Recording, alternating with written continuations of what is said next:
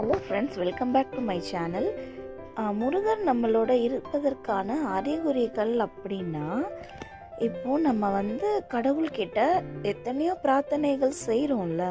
So அப்படி செய்கிறப்போ முருகர் அது நமக்கு செய்ய கண்டிப்பாக நம்மளோட கர்மவினை தீர்ந்தால் மட்டும்தான் அவர் நமக்கு செய்ய கொடுக்க வேண்டிய அனைத்தையும் கொடுப்பாரு.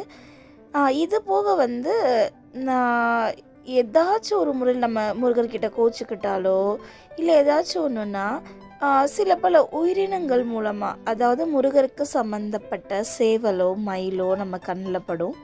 இல்லை அப்படின்னா கிளி இருக்குல்ல, கிளி, அந்த ராஜ அலங்காரத்தில் இருக்கிற கிளி நம்மளை சரௌண்டிங்கில் நம்மளுக்கு ஸ்கீச் கீச்னு சத்தம் கொடுத்துக்கிட்டே இருக்கும்.